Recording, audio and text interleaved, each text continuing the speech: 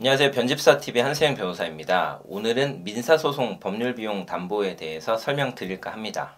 제가 과거에 촬영한 영상이 있긴 하지만 오래되기도 했고 이번에는 질문과 답 형식으로 한번 영상을 만들어 보겠습니다. 자, 첫 번째 질문, 어떤 부분에 대해서 보험금이 지급될까?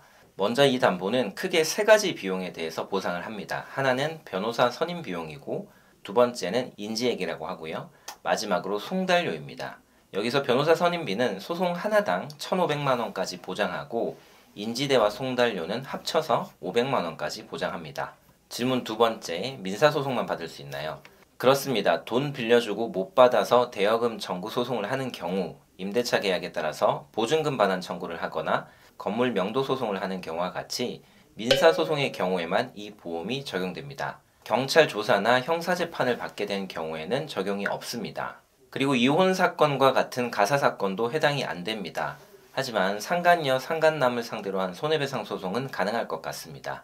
근로복지공단과 산재 인정 여부를 다투는 행정사건은 해당이 안 됩니다. 그러나 회사를 상대로 한 손해배상 청구 소송은 가능한 것으로 생각됩니다. 교통사고 피해자인 경우 가해자를 상대로 하는 손해배상 청구 소송도 가능할 것으로 생각됩니다. 특히 설계사분들, 보험사가 구상금 청구 소송을 제기한 경우에도 이 보험을 활용할 수 있습니다. 자, 질문 세 번째, 소송 결과 승패와 관계없이 다 보험금을 받을 수 있나요? 소송에서 이긴 경우는 이 보험금을 받을 수 없습니다. 왜냐하면 소송에서 이겼다면 소송의 상대방에게 받으면 되기 때문입니다. 자, 질문 네 번째, 변호사 비용 1,500만원 다 받을 수 있나요? 아닙니다. 대법원 규칙 중에 변호사 보수의 소송 비용 산입에 관한 규칙이란 것이 있습니다. 여기에 정해놓은 부분만큼만 받을 수 있습니다. 대강의 내용을 말씀드리면 소송에서 청구하는 돈이 달라고 하는 돈이 5천만 원인 경우에는 440만원까지만 변호사 비용이 인정됩니다. 2천만 원인 경우는 200만 원, 1억인 경우는 740만원까지 인정됩니다. 여러분 실제 변호사에게 준 돈이 이거보다 많다고 해도 이 금액까지만 지급이 됩니다. 자, 질문 다섯 번째, 소송을 여러 개 할 경우 다 적용받을 수 있나요? 그런 분은 잘 없겠지만 소송을 한 해에도 여러 개 하는 경우가 있습니다.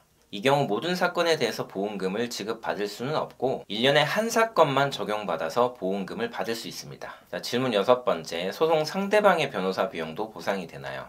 소송에서 패소하면 상대방에게 상대방이 들었던 변호사 비용이나 인지대 송달료를 물어줘야 합니다. 이 비용은 이 보험에서 안타깝지만 전혀 보상이 되지 않습니다. 이 민사소송 법률 비용 담보는요, 내가 낸 변호사 비용과 인지대 송달료와 관련된 것입니다.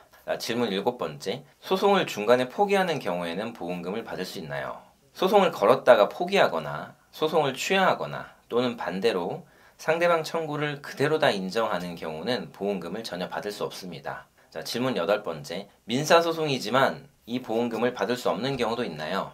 네, 있습니다. 여러 가지가 있지만 일반인들이 있을 법한 경우만 보면 특허, 저작권, 상표, 이와 같은 지식재산권 침해에 따른 손해배상 청구는 적용이 안 됩니다. 그리고 일조권, 조망권, 소음, 진동, 명예훼손과 같은 손해배상 청구, 이런 부분에도 적용이 안 됩니다. 그리고 가족 간의 소송인 경우도 적용이 안 됩니다. 마지막으로 당연하겠지만 보험금 받으려고 허위 내용으로 소송을 제기한 경우도 지급이 안 됩니다. 질문 아홉 번째, 언제 보험금을 받을 수 있나요? 법률 비용은 소송이 완전히 끝난 다음에 확인을 할 수 있습니다. 따라서 내가 소송을 하려고 변호사를 선임하면서 돈을 지불했다고 하더라도 이 보험금을 바로 받을 수 있는 것이 아니라 해당 소송이 다 끝난 다음에야 청구해서 지급받을 수 있습니다. 자, 질문 열 번째, 보험 가입 전에 있었던 일로 소송을 해도 보험금을 받을 수 있나요? 이 부분이 이 담보와 관련해서 가장 문의가 많은 부분인데요.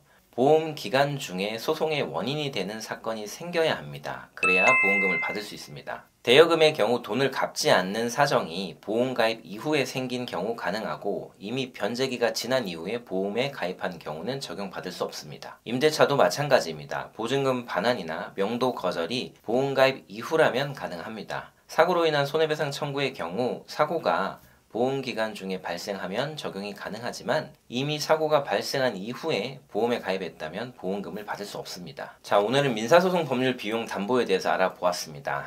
물론 제가 말씀드린 게 절대적인 기준이라고는 할 수는 없지만 약관의 규정과 이를 해석해 봤을 때 크게 틀린 것은 없으리라고 생각됩니다. 자, 여러분 오늘 영상이 도움이 되셨다면 구독과 좋아요 부탁드리고 저는 다음 시간에 다시 찾아오도록 하겠습니다. 안녕히 계십시오.